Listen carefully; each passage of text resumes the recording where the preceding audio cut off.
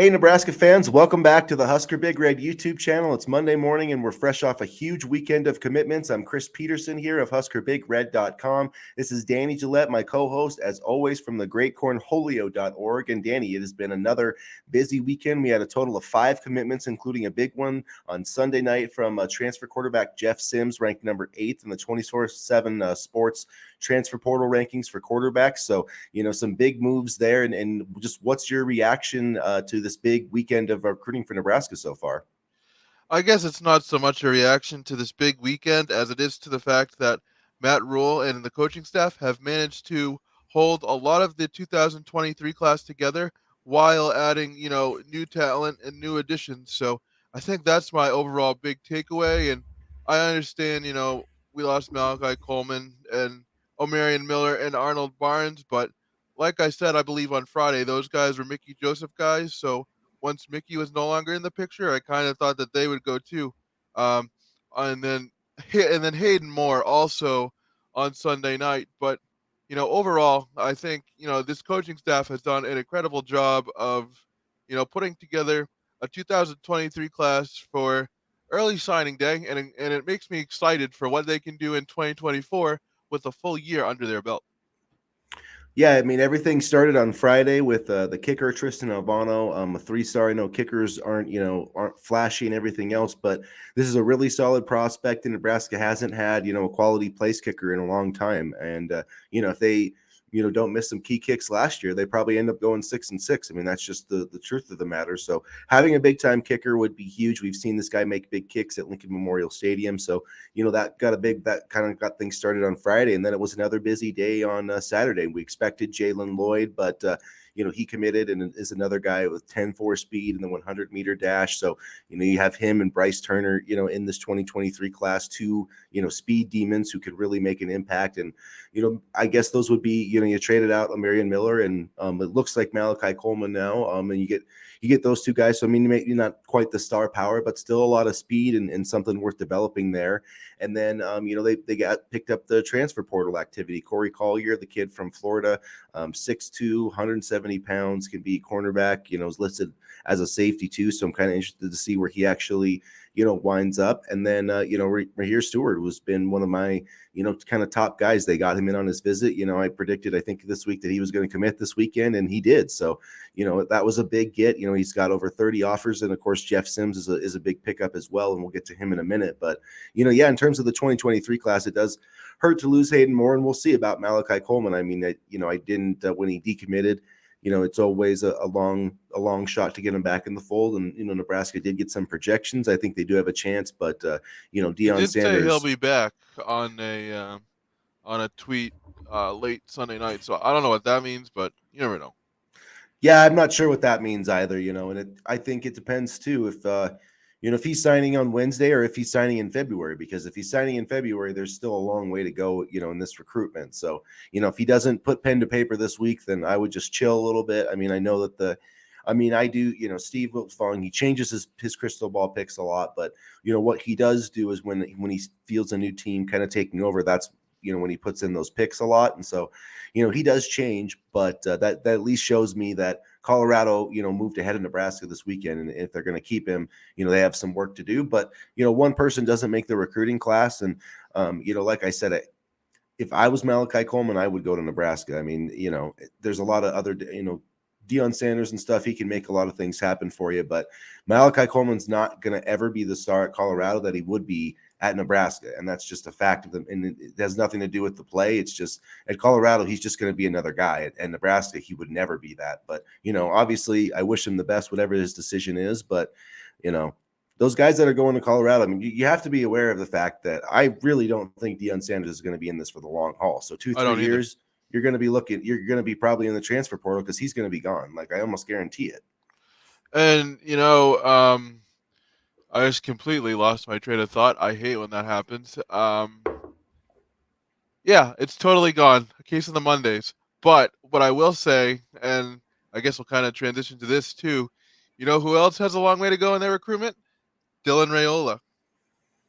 And that was interesting this weekend. The likelihood of it happening, I don't know. I've heard some, people say, there's a good chance, but I'll believe it when they, when he's on the field hypothetically in a Nebraska uniform. But I think it just speaks to, how strong and how aggressive Nebraska has been recruiting. He was one of the more surprise decommitments that I saw this weekend. From Ohio State. And if Matt Rule was able to land Dylan Raiola, in theory, that would give him a signature recruit, bar none. And I think Dylan would start day one. Again, long way to go, but it, just having Nebraska kind of even mentioned in the fold after Scott Frost basically insulted him the last time Rayola tried to come here, I mean, that's a good sign. Yeah, I think there's a lot of things, in Nebraska's favor. With the Ohio State thing, it seems like, the commitment of the 2023 quarterback definitely had something to do with that, which, I find a little perplexing because Ohio State's been recruiting 2023 quarterbacks for like the last 4 or 5 months. They had one committed that actually flipped to Florida State. So it's not like, they've just in the last couple of weeks shown interest in 2023 quarterbacks. So I'm not exactly sure if that is entirely to do with it or they didn't communicate with him. I'm not, like I said, it's kind of a weird situation. But if you look at it, USC is a team that's mentioned. Okay, well, they have the number 3 quarterback commit in the 2022 class, or he's actually probably number 2, Malachi Nelson. Anyways, he's a top 5 overall prospect. He's a 5-star prospect. So is Dylan Raiola going to go there and have to battle that kid, and maybe that kid's going to be playing until after he's going to be leaving after his junior season. So I mean, Raiola would have a 5-star to compete with at USC until he's a junior. And so, I mean, yes, I'm sure that USC is going to make a run at him, but that's something to consider. Georgia is another team that has already taken a 2024 quarterback. Alabama already has a 2024 quarterback, and they took 2 in 2023. So I wouldn't assume Alabama's on the board. Clemson, I think, is going to be a team in the mix to watch, and they've been going after 2024 quarterbacks. Their quarterback right now, Cade Klubnik, has a couple more years. So, I mean, the timing would work out a little bit better there. So that they're an interesting team to watch. But Nebraska, I mean, yeah, he could step in, probably day one and be the guy in 2024, at least not there's no big name there that's kind of, he's having to deal with. In other words, Yeah. Texas is a place he visited, and he's not going there with Arch Manning. I mean, that would be, he'd be waiting forever. So it just seems like to me, if you look at the list of teams, Nebraska got the last visit of anybody when he was here with his younger brother. And he's been to Nebraska 5 times, which is the second most of any school outside of Ohio State, which he was committed to. So, and then the fact that his dad was a Hall of Famer here, his uncle is an offensive line coach. So I feel like Nebraska does have a legitimate shot with Dylan Raiola, not just a pie in the sky. There's a lot of dots to connect there, and it's going to be interesting to see how it plays out. His dad, they've indicated they're going to take some time in their recruitment, so we'll see who kind of jumps to the forefront. I mean, if Oregon loses Dante Moore in 2023, I would expect Oregon too to be, they're usually on the Arizona, he's from Arizona, so the Pac-12 kind of powers, I would think, would be in the mix, and I would expect Arizona State with Kenny Dillingham to get into the mix. But yeah, I think Nebraska's got as good a shot as anybody. I think there's a clear favorite at all for Dylan Raiola. Oh yeah, and he's such a good quarterback, such a you know prolific passer that he, like you said, he would immediately start at Nebraska on day one. And but we'll have to see. And on the subject of quarterbacks, I like what we have in Jeff Sims. We picked him up late last night, and one of the things that really stuck out to me, I was watching some of his highlights, and Jeff Sims has wheels. Jeff Sims can absolutely fly. He's got a strong arm. Um, he has the ability to keep plays alive with his legs. And, all throughout this recruitment, we've seen speed. Guys with speed. That's something that Matt Rules really wanted to focus on. And Jeff Sims is, fits right into that mold. Now, I think, you know, for me, the Jeff Sims commitment came a little bit by surprise because I thought Malik Hornsby was going to be the quarterback that we took first. We could still take Malik Hornsby, but I think that, Nebraska could move him to another position as an athlete. But to me, Sims is a very good is a very good backup plan if and when Casey leaves. So I was really excited by Sims. He wasn't the guy I thought we were going to land. And, you know, that was just another big splash. And I definitely see why Matt Rule likes him. Yeah, I mean he's a true dual threat quarterback, and that's something that Casey Thompson doesn't bring. He's got 3 years to play two. He could still redshirt a year, and that's maybe possibly part of the thinking. But he told Husker Online that he was coming to compete for the job. He wasn't promised anything, which makes you think that Casey Thompson, would still come back. And look, I think Casey should be pushed. It's not, he played well last year, but it wasn't like he was perfect. And I mean, so that there needed to be more depth and talent at the quarterback position. I think we saw last year too what happens when you only have one starting caliber player on your roster. Your season falls apart. I mean, if Casey Thompson doesn't get hurt, I mean, I really believe Nebraska probably still makes a bowl game. I mean, assuming they still beat, if everything kind of worked out that same way, because they very easily should have beaten, Minnesota if they had a legitimate player at quarterback. They would have won that game. Illinois, That's I think, too. yeah, they had the lead when he went out. So I mean, there's that's a really smart move, I think, to get Jeff Sims and to kind of set up a potential quarterback battle. I'd be a little surprised now if Malik Hornsby came. I mean, I know he's capable of playing other positions, but he wants to play quarterback, and almost he's got like 8 or 10 other schools interested in him, and they all want him to play quarterback too. So I don't see him coming here unless he gets a chance to play quarterback at least. And maybe he could. I mean, he could still certainly in the spring. But having Jeff Sims there, it was a little weird because Malik Hornsby got some expert projections from a couple of Husker reporters, that he was going to commit. Maybe he still will, but if he does, I think that probably means something about Casey Thompson, that he's probably not coming back. That would just be my read on it, because as much as quarterbacks want to compete, there's only so much practice time and whatever to go around, and so you really don't want to a true three-way quarterback competition's not, I don't know if you really want to have that. And, if Hornsby was like a freshman or something, or if it was him against Thompson, but, I'd be surprised if he came, especially since him and Sims are basically in the same year. So like whichever one of those guys kind of would lose the job, unless Hornsby was, willing to just outright make that move, which he could. I mean, he definitely has the speed for it. And I think it would be, he'd have a chance to play in the NFL at that level. It just seems like, if, Florida or whoever, if somebody else can offer him that chance to play quarterback, might be a little more enticing. But he does have a really strong tie to Matt Rule. I mean, a lot of reporting has stated that he was going to commit to Baylor before Matt Rule went to the NFL. So you never know how that relationship works out. But either way, I would love if he was on the roster. But I'm glad that they got one of these two guys. And Sims, like I said, was number 8 in the transfer portal ranking. So I mean, that ranks him ahead of guys like Cade McNamara, Kedon Slovis. Let's see, Spencer Sanders. So some pretty solid quarterbacks that he's ranked ahead of. He does have work to do as a passer. He's only a 59%, career completion percentage guy. He's got 30 touchdowns he's got 23 interceptions in 24 games played, 23 starts. So that's definitely, an issue going forward. He's going to have to reduce those. You can't be throwing an interception a game in college football. Right. But I think, the big upside here is with his legs. And, he, like I said, he can absolutely fly. And so, I was watching some of his film the other day, and there was a lot of handoff fakes, then run to the outside, bounce, and completely confuse the defense. And I just thought how beautiful that would look in an RPO type of system. And so, I think I'm not sure what this means for Casey. I hope Casey makes an announcement or something soon. But I truly do think that landing Sims was probably one of the bigger moves of the weekend, if only because it gives more stability to the quarterback room. Because, we've talked about this ad nauseum. Beyond Casey, there was nothing there.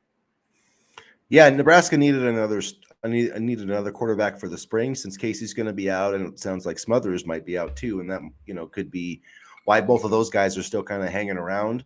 But yeah, it's going to be interesting to see how it all kind of plays out, and it doesn't look like, at least in the early period, Nebraska is going to be adding a quarterback. There was some talk about Marcus Stokes, 4-star kid, still kind of out there. He's got some personal kind of issues. Had a racist slur, I think, is what his deal was with Florida. But it's going to be interesting to see how that, if there's any attrition from the quarterback room following the Jeff Sims, like if Chuba Purdy, hops in the portal, or I mean, I believe he actually. Harburg, I think. I mean, that would be my guess. Harburg and maybe Torres. I don't know, but go ahead. No, just it'll be interesting to see if all those guys kind of go forward with camp. It probably wouldn't hurt the feelings of the current staff if they lost somebody from that room, or maybe two people, to kind of bring in their own guys. But we'll see. You can't, you can't really force guys to be out on scholarship. Although USC did find a new rule where they can basically eliminate a guy's scholarship as long as they pay for him to go to school and he's not on the team. So maybe there'll be some of those conversations about guys that. Honestly, that's a pretty good deal if they still pay for my scholarship. And Yeah. but So uh, yeah, so that's like a loophole that they found that you can. So yeah, as long as they pay for your scholarship or still pay for you to go to class, but you don't play, then you don't count. So USC saved like 15 scholarships last year doing that. that's actually pretty cool for both parties because I would definitely take the school paying for my school. And but depending on how Casey Thompson's injury, heals up and the timeline if he comes back, and depending on what Jeff Sims does in the spring, I could see a very real quarterback battle come the beginning of fall camp. Not because Casey's not talented, but just because you never know, what the after effects of the surgery are going to be. And I think this isn't Jeff Sims' job to win because Casey sucks, but the timing of Casey's injury combined with Sims coming here could present itself an opportunity for Sims to start and maybe take the job. Who knows? Yeah, I think it would be a full fledged competition. I mean, Matt Rule doesn't have really allegiances to either player, at this point. So yeah, I think that Jeff Sims, probably fits what Matt Rule wants to do a little bit better, but we'll see. The one thing about Matt Rule teams is they've generally gotten pretty good play out of their quarterbacks. I mean, it's not he hasn't had a bunch of stars at quarterback, but they've been productive players, and that's what you need at the position in college is somebody who's just going to be productive, who's going to pick up third downs, going to move the chains, and so yeah, I like Sims. We'll see what happens with Casey Thompson, but that would be. My guess would be, yeah, full, battle it out for quarterback. And the nice thing with Sims is, he could still play 4 games and still redshirt. So if, say something happened where Casey Thompson, was named the starter and he got, had a situation like he did this year. Well, Jeff Sims could start 3 straight games and then could still redshirt, if that's how it worked out, if he didn't play in any other games. So that's kind of an interesting way to, utilize that rule. But, there is a chance that, he could see some meaningful action as a backup and then not lose that year of eligibility too. And I don't think I would be like upset if he came into the game. Like when Casey Thompson got injured, I was just kind of thinking, "Uh-oh, like this isn't good. This is our season right here." And I should specify when Casey Thompson got injured because he got beat up multiple times. But every single time, basically, I was like, "Uh-oh, this is not good at all." So it would be nice to have somebody like Sims in the quarterback room, if nothing else, for competition. And development if Casey stays for when Casey leaves, and then maybe Sims can slide in. In which case, it would make sense to bring in Hornsby because then you would have, two capable quarterbacks in the room with one of them being a backup. And so I don't know if Hornsby wants to wait that long, but I definitely see, a plan for the quarterback room going forward, something that we couldn't say over the last couple of years. Yeah, no, there definitely is a plan, and there's more depth and talent. The quarterback position got better on Sunday, regardless of what happens with Casey Thompson and some of these other moves. So, and a guy look that can play, he's got 2 years. So if Casey, decides that he wants to go try the NFL or whatever the case may be, they've still got 2 seasons with Jeff Sims, and I think that it just adds some, stability to the room. So I mean, to segue a little bit, I wanted to ask and say, what's your favorite commitment of the weekend? And Jeff Sims is right up there for me. Is probably my number one, but would he be your number one, or is it one of these high school guys, or the safety from Florida? You got 5 to choose from. So who are you most excited about? This is gonna sound a little bit weird, but I have PTSD from our past special teams failures. But Tristan Alvano, I mean, honestly, it'll be good to have because Bleak Road wasn't bad last year at all. I mean, he He was did, pretty solid. yeah, he did have some struggles, but it was miles better to where we Yeah. are now, or where we were even 3 years ago with with Lane McCallum squeezing a ball through the uprights to beat Northwestern. But I mean, good teams have good special teams play, and games are won and lost by special teams. And I think the addition of Tristan Alvano keeps the kid in state. He's got a heck of a leg. He made all 70 of his extra points last year. He went 16 of 20 on field goals, and you mentioned it at the beginning of the show. He put on a show in the championship game at the beginning of December. So I'm really excited about him because it's just been such a long time since we've had consistent special teams play. Even, Connor Culp, he had one great year, which I believe was 2020, and then 2021, he unfortunately got the yip. So I'm not bagging on him. That must have been so frustrating for him. But it's just been a while since we've had consistent special teams play. So that commitment to me was exciting, just due to the in-state factor and the special teams factor. Yeah, he was. I did really like that move, and to me, I think back of when Nebraska had like Alex Henry and some of those guys, and basically anytime the ball was inside the 35-yard line, you knew it was automatic points, and that's what Nebraska does need again, and it has been an issue. I know that they've went, they tried a lot of fourth downs, it seems, over the past couple of years, and I think part of it is because they haven't had confidence in the kicker. So, he is a big commitment. I think. My favorite one, probably I'm going to stick with Jeff Sims just because I think that's a huge move. But in terms of my favorite high school commitment, it's going to be Ramir Stewart, I think, just because he's got, such a big offer list. I mean, Georgia, Alabama, LSU, Michigan, Notre Dame, Oregon, Penn State, Florida. I mean, just a who's who of powerhouses in college football. I mean, literally almost every, Clemson's offered this kid. So like every good team and every good conference at one point wanted Ramir Stewart. And so the fact that Matt Rule was able to get into Nebraska, I think, is huge. It's opening up that pipeline of in Philadelphia and Pennsylvania, which we've been talking about. Nebraska needs some pipelines, and the Pennsylvania pipeline is a really good one to have. For the Big Ten. I mean, outside of like the state of Ohio. That's another, that would be a really big one. If you can get into Pennsylvania, that would be huge. And I think Ramir Stewart can, get started with that. And he's another guy that, he's a big safety, and this team is going to need some more depth back there. And he's someone that I think fits really well with this 3-3-5 scheme. And he could, potentially see some playing time early. It's not going to be easy because there is quite a bit of depth back there. But I like how, the coaching staff is really kind of recruiting. I feel like to its system, they know what they want. Matt Rule knows what he wants. He likes, guys big, fast, athletic, and then there's a certain kind of thing they're looking for in the scheme too. And I think there's just a strategy in place, and I think we're going to continue to see that, over these next few days as we're approaching signing day.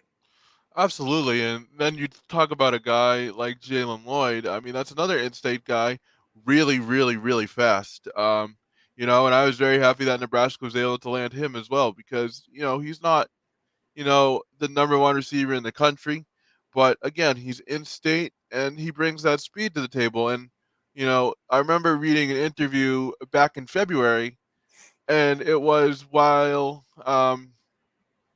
Scott Frost was still here and everything, and Mickey Joseph was still here. And one of the coaches said in the interview, we feel like in past years, some of the, we've been forgotten. There's been a lot of high schools in the state of Nebraska that have good talent, and it seems like we've been forgotten. And you know, Nebraska did a good job last year of trying to recruit kids in state, and they're continuing that this year. And what I love about it too is that we're not seeing an over reliance on the recruitment of in-state kids. We're going down into Texas.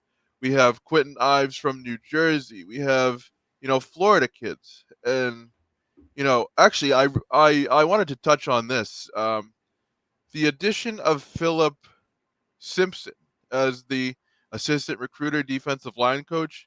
I understand that people kind of have some mixed feelings about landing these kids from Florida because, who knows if they'll stay. But I think the addition of Simpson will help with that. Former, I just drew a blank on where he came from. I believe it was. I'm gonna have to look it up while you talk, but he just was in the state title game a couple weeks ago. And I think the addition of a Florida coach with ties from Florida will help keep these kids here.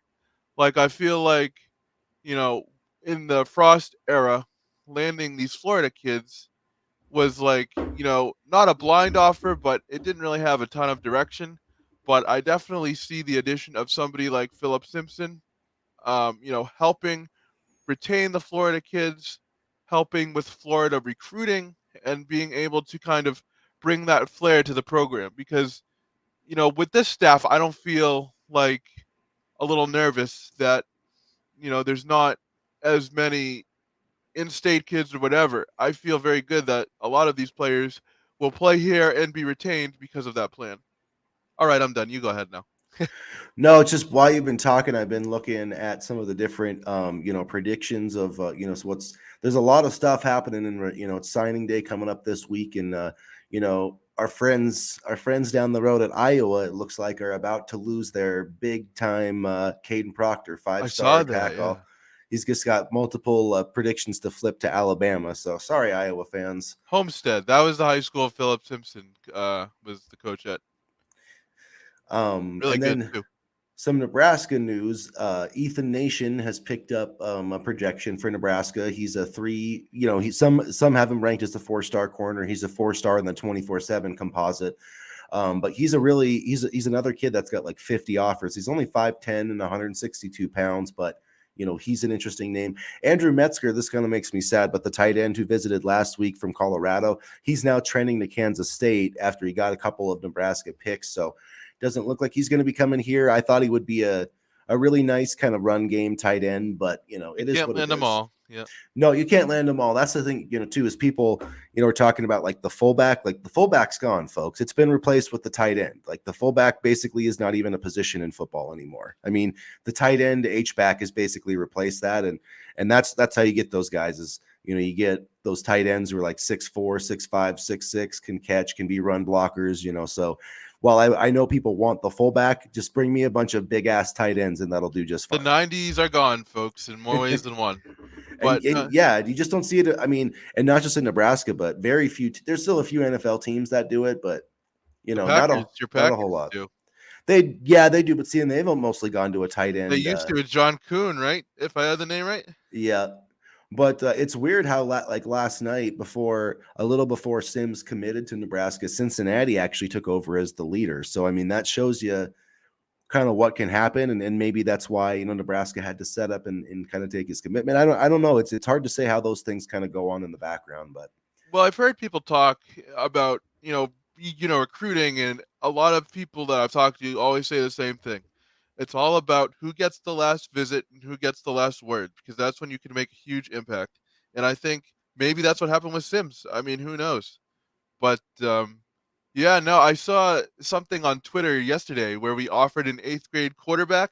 I'm blanking on the name, but I I just thought it don't. was kind of funny. Eighth grade, and he's already, and like we're not the only ones. He has a ton of offers right now, but that's something that one of the better programs like Alabama would do. So if we employ Alabama tactics, maybe we'll win some more games.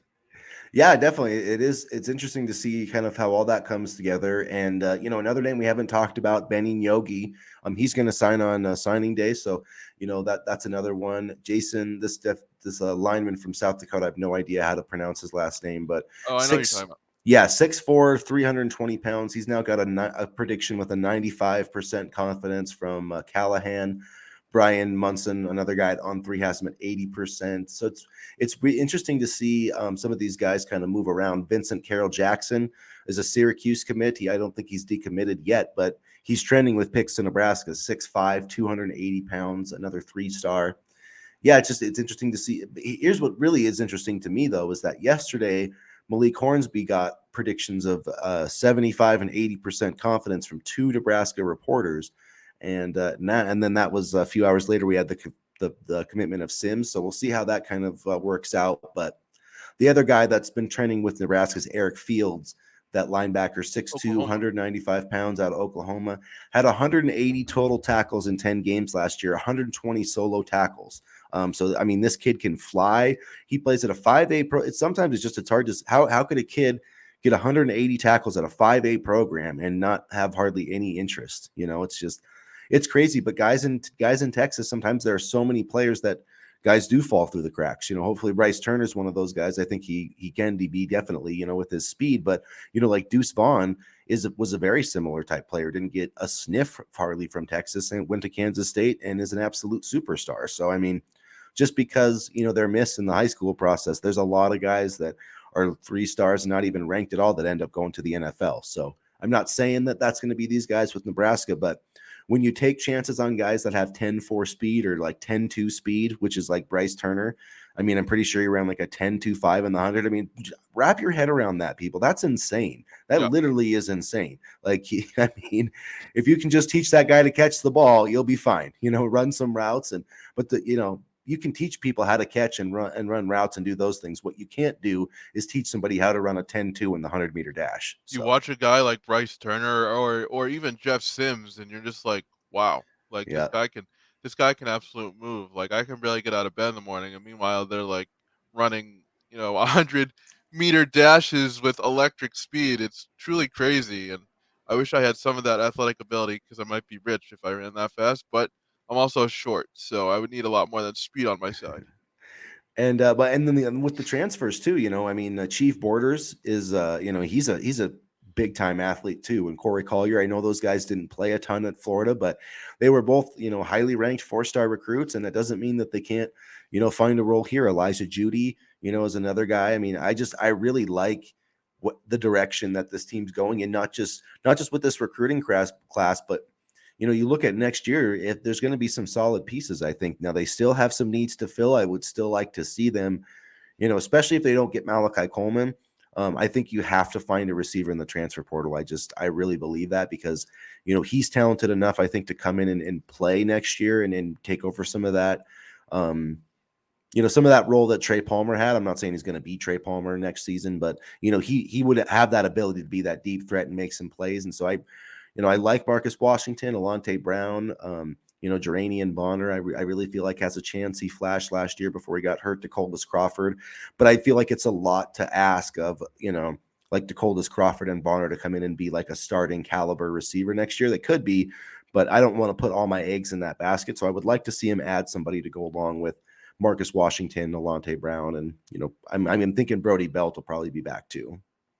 I totally forgot about Brody Belt, but yeah, no, you want like a lot of the names you mentioned, like Crawford, Bonner, those guys just need a little bit more development. I'm not saying that they're bad by any stretch, but they haven't really gotten a ton of experience. So, I'll be interested to see the attrition after spring. See if there's any names pop up and maybe Nebraska can land a receiver there. But I am encouraged about the direction that the program is headed in, and I'm very excited about this 2023 class, especially when you consider how many kids have stayed. I mean, I know Hayden Moore, Malachi, O'Mara Miller, Arnold Barnes, but the amount of kids like Riley Van Poppel, Dylan Rogers, those guys um, I am really Maverick encouraged. Noonan. Maverick Noonan, that's right. Yep.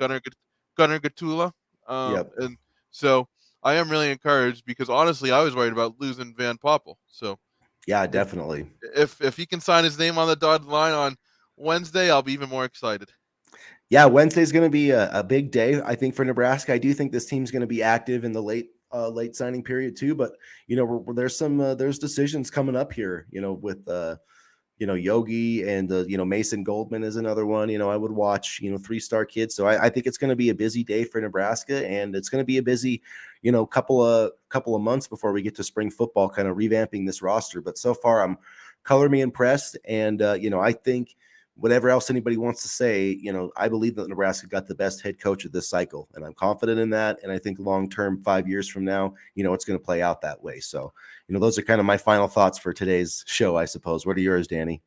Well, I think Nebraska got a good coach, and I also think, I like the job that the assistants have been doing as well in terms of recruiting.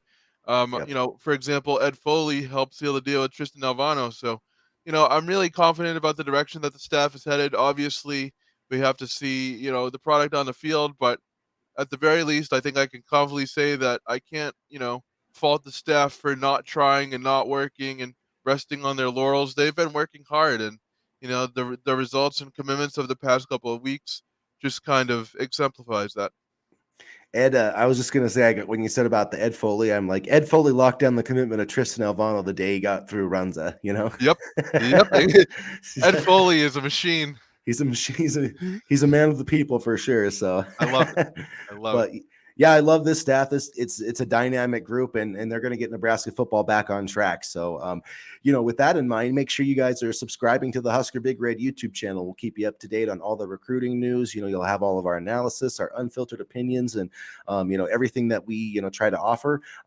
Check out our sites as well. HuskerBigRed.com and thegreatcornholio.org. If you get sick of listening to our voices, you can read what we have to say, unfiltered in the in the blogosphere, the Nebraska blogosphere. So that's always a fun Or on place. Twitter. We always love to talk on Twitter, and we're not afraid to fight back. So Yeah, so interact with us on Twitter. We've got our handles there, are scrolling down at the bottom, and get into the videos, like them, comment, tell your friends. Husker Big Red YouTube channel, subscribe. We're gonna have a lot more content this week, a little bit on Dylan Raiola and signing day coming, so don't miss anything. And as always, folks, after another really exciting weekend of recruiting, go Big Red. go Big Red.